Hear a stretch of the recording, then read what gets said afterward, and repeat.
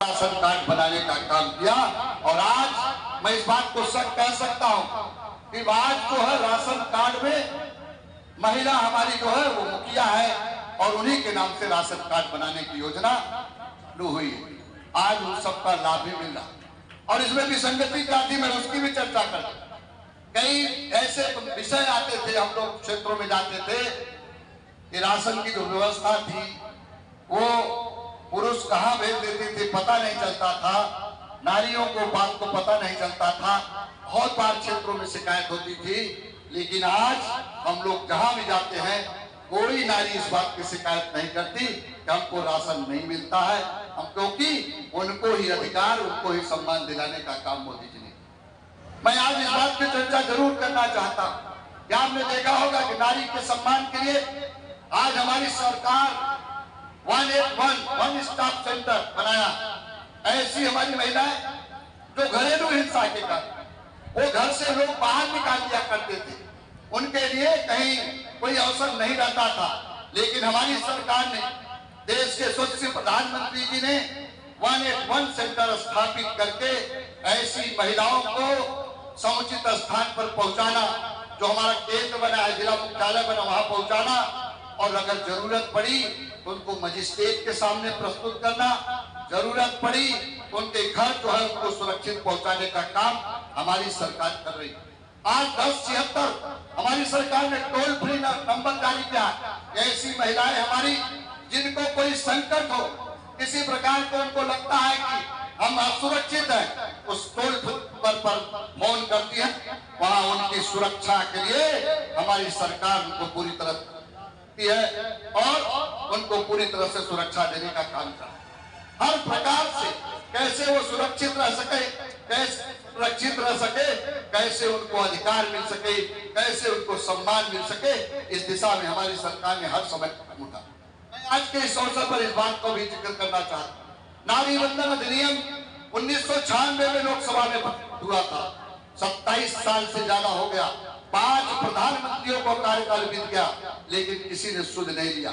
मुझे याद है गीता बनर्जी ने लोकसभा में जब 1996 में प्रस्तुत किया था, समाजवादी पार्टी के और लोगों ने इस महिला बिल की प्रतियों को फाड़ कर फेंक दिया, लोकसभा में फाड़ा था। लेकिन मैं धन्यवाद देना देश के यशस्वी प्रधानमंत्री माननीय मोदी जी को कि विशेष सत्र बुलाकर नारी वंदन अधिनियम पास कराकर महिलाओं को भी लोकसभा में और विधानसभा में प्रतिनिधित्व देने का काम किया है हमारी सरकार। मैं आज के अवसर पर इस बात को जरूर कहना चाहता हूँ। आज लोकसभा की हमारी 543 सीटें हैं, 543 में हमारी 82 महिला लोकसभा की सांसद है, और जब ये नारी वंदन अधिनियम प्रभावी होगा तो उनकी संख्या 182 होगी, लगभग 182 होगी। और नया अगर पक्षीमन हो गया तो ये भी संख्या और दुगना बढ़ सकती है और ज्यादा बढ़ सकती है। उसी प्रकार से हर विधानसभाओं में, हर प्रदेश के विधानसभाओं में सीटें जो है बढ़ेगी, जो नारी को ज्यादा सम्मान मिलेगा वो भी विधानसभा में चुनकर जाएंगी। तो आपको लोकसभा में भी प्रतिनिधित्व देने का काम प्रधानमंत्री मोदी जी ने किया और विधानसभा में आपको प्रतिनिधित्व देने का काम प्रधानमंत्री मोदी जी ने किया। आज मैं अगर इस बात को कहूं, कोई असहयोग नहीं है। पंचायती राज व्यवस्था की जो कल्पना थी जरूर कांग्रेस ने किया था, लेकिन लागू करने का काम पंडित अटल बिहारी वाजपेयी ने किया था इस देश में। और आज त्रिस्तरीय पंचायती राज व्यवस्था लागू होने के कारण हमारे जो है तमाम ऐसी बहनें हैं जो हम चुनकर ग्राम प्रधान आती हैं, हमारे क्षेत्र पंचायत में आती हैं, ब्लॉक प्रमुख के पदों पे चुनी जाती हैं, भी भारतीय जनता पार्टी के देन है कि आज इतनी बड़ी संख्या तो है महिलाएं भी निर्वाचित होकर छोटे छोटे रूप में भी आती हैं, चाहे वो प्रधान के रूप में, चाहे वो क्षेत्र पंचायत के रूप में, चाहे वो जिला पंचायत के रूप में, चाहे वो ब्लॉक के रूप में निर्वाचित होने का अवसर भारतीय जनता पार्टी ने दिया है और कोई दल नहीं दिया। इसलिए आज आपको लोकसभा में प्रतिनिधित्व देने का, विधानसभा में प्रतिनिधित्व देने का काम भारतीय जनता पार्टी ने किया है। इसलिए मैं आज आप सब लोगों से इस बात का आग्रह करने के लिए आया हूँ, निवेदन करने के लिए आया हूँ, विनती करने का। ये जो चुनाव की रणभेरी बजी है, हमारे भाई कृपा शंकर जी भारतीय जनता पार्टी के उम्मीदवार है, उस रणभूमि में आपकी महत्वपूर्ण भूमिका है। इस विजय की पताका हमारी महिला बहनें फहराएंगी, उसमें आप सबकी भूमिका है।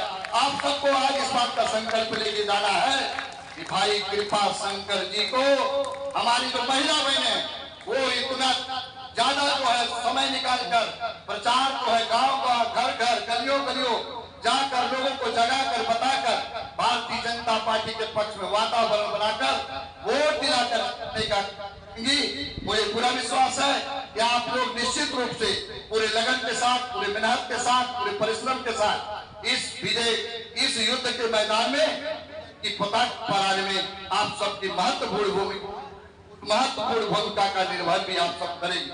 मैं आप सब बहनों से एक चीज का आग्रह करना चाहता हूं। अभी जो उम्मीदवार लोग आए हैं तरह तरह के भ्रम फैलाने की कोशिश कर रहे हैं। मैं उस बात को आगाह करना चाहता हूँ, आपको सतर्क करना चाहता हूँ।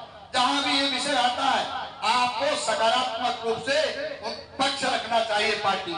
अभी जो समाजवादी पार्टी के उम्मीदवार हैं बाबू सिंह कुशवाहा जी, वो 2-3 चीजों की बहुत दुहाई दे रहे हैं। मैं आप सबको जानकारी के लिए जरूर बताना चाहता हूँ, जहां भी ये विषय आता है प्रमुखता के साथ हम सबको बताना चाहिए, समझाना चाहिए।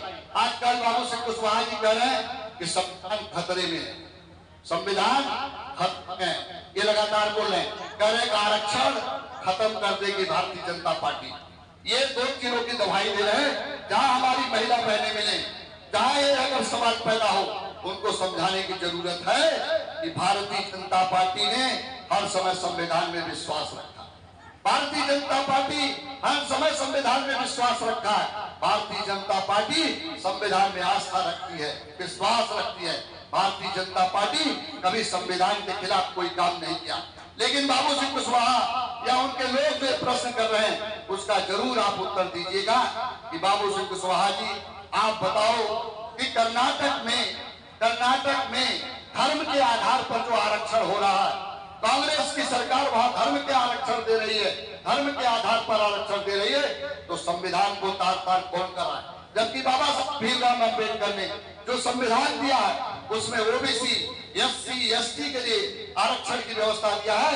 इसलिए इस बात को समझाने की जरूरत है कि भारतीय जनता पार्टी कभी भी संविधान को तार-तार नहीं करती, संविधान को मानती नहीं, बल्कि ये लोग कांग्रेस हर समय संविधान को न मानने वाले लोग हैं, उसके कारण से कर्नाटक में ये काम कर रहे हैं। तो ये जरा बाबू सिंह कुशवाहा जी बतावें कि कर्नाटक में जो सरकार काम कर रही है वो संविधान के अनुरूप है कि संविधान के विपरीत है? इस बात का जरूर प्रश्न पूछना चाहिए, इस बात का सवाल जरूर खड़ा करना। दूसरी बात जो वो कह रहे हैं मैं उसकी भी चर्चा करना चाहता हूँ। जहां आरक्षण के विषय की बात, अगर आरक्षण करते हो तो बाबू सिंह कुशवाहा जी इस बात को जरूर बताओ, को बताना चाहिए। समाजवादी पार्टी के नेता इस बात को जरूर बताओ, वो बबुआ यादव इस बात को जरूर बताओ। वो कश्मीर में 370 लगा था, वहां आरक्षण प्रभावी रूप से लागू नहीं था, वहां के लोगों को आरक्षण नहीं मिल रहा था। आरक्षण के आप हिमायती हो तो आपकी पार्टी ने लोकसभा में विरोध क्यों, उस संसद में 370 का विरोध क्यों किया? ये दोनों सवालों को जरूर पूछना चाहिए जो भी समाजवादी पार्टी के लोग इस बात को। और आरक्षण के विषय पर मैं स्पष्ट बताना चाहता हूं, जहां ऐसे विषय आते हैं, प्रधानमंत्री मोदी जी ने 2019 में ही कहा था कि आरक्षण खत्म नहीं हो सकता। मेरे जीते जी नहीं कर सकता, उनका बयान आ चुका है, स्पष्ट तौर से बयान आ चुका है कि हुआ प्रदत्त अधिकार है उसको हम समाप्त नहीं कर सकते। और मैं इस बात बोल रहे भ्रम फैला रहे हैं लोग। अगर हमारी केंद्र में 10 साल से सरकार 10 साल से सरकार में क्या आरक्षण को समाप्त करने के लिए भारतीय जनता पार्टी ने कोई बिल लाई क्या? कभी कोई चर्चा किया क्या? हम तो चाहते हमारी पूर्ण बहुमत की सरकार है, हम किसी विषय पर चर्चा कर लेते, कोई विषय पर हम कानून बना सकते, लेकिन नहीं, जो संविधान है संविधान के विपरीत हमारी सरकार कोई काम नहीं सकती, वो काम करती ही नहीं। इसलिए तो जो कह रहे हैं वो तोड़ मड़ोड़ कर पेश कर रहे हैं, तोड़ मड़ोड़ कर प्रस्तुत कर रहे हैं। हम इससे सजग रहना है, लोगों को समझाना है, बुझाना। और मैं जो संविधान की लोग दुहाई दे रहे हैं, मैं आपको बताना चाहता हूँ, जानकारी देना चाहता हूँ किस तरह से धज्जियां उड़ाई। जब अयोध्या में मस्जिद का ढांचा गिरा था, उस समय हमारी 4 प्रदेशों के चुनी हुई सरकार को कांग्रेस पार्टी ने बर्खास्त कर दिया था। जबकि उत्तर प्रदेश में घटना हुई थी, यहाँ की सरकार बर्खास्त करते तो बात समझ में आती थी, लेकिन और 3 प्रदेशों को चुनी हुई सरकार को बर्खास्त कर दिया। ये कांग्रेस पार्टी ने संविधान की धज्जी उड़ाने का काम, धारा का दुरुपयोग किया। उसी कांग्रेस समाजवादी पार्टी का गठबंधन है, उस बबुआ से गठबंधन है जो आजकल लाल टोपी चला पहन कर घूम रहे हैं, उससे गठबंधन है। तो आप ये बताना चाहिए कि क्या जो ये संविधान के सापेक्ष है, संविधान के नियम के अनुरूप है? इस बात को जरूर पूछना चाहिए। हमारी भी सरकार है, हमारी 10 सालों से केंद्र में सरकार है। प्रधानमंत्री मोदी जी ने किसी भी स्टेट की सरकार को बर्खास्त नहीं किया कि हम संविधान में आस्था रखते हैं, हम संविधान में विश्वास रखते हैं। आज हर क्षेत्र में बहुत बड़े बदलाव, गांव में अगर हम देखें, गांव के गरीबों के लिए आयुष्मान भारत कार्ड योजना लागू, प्रधानमंत्री आवास योजना लागू है।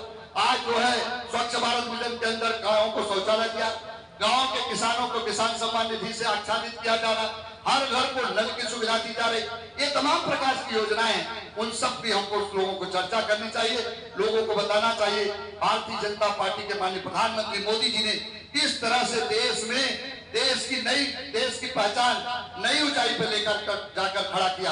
आज है कि आज दुनिया में भारत जो है मजबूत देश के रूप में उभर कर सामने आया, शक्तिशाली समृद्धशाली देश के ऊपर में आया। और माननीय प्रधानमंत्री जी ने इस बात को कहा है कि मैं जो तीसरी बार के कार्यकाल के लिए समर्थन मांगा है, उन्होंने कहा है यह चुनाव भारत को आत्मनिर्भर भारत बनाने वाला चुनाव, ये चुनाव भारत को विकसित राष्ट्र बनाने की ओर अग्रसर करने वाला चुनाव, ये चुनाव गांव गरीब झुग्गी झोपड़ी में रहने वाले नौजवान इंसान किसान उन सब के जीवन में सामाजिक परिवर्तन करने वाला चुनाव।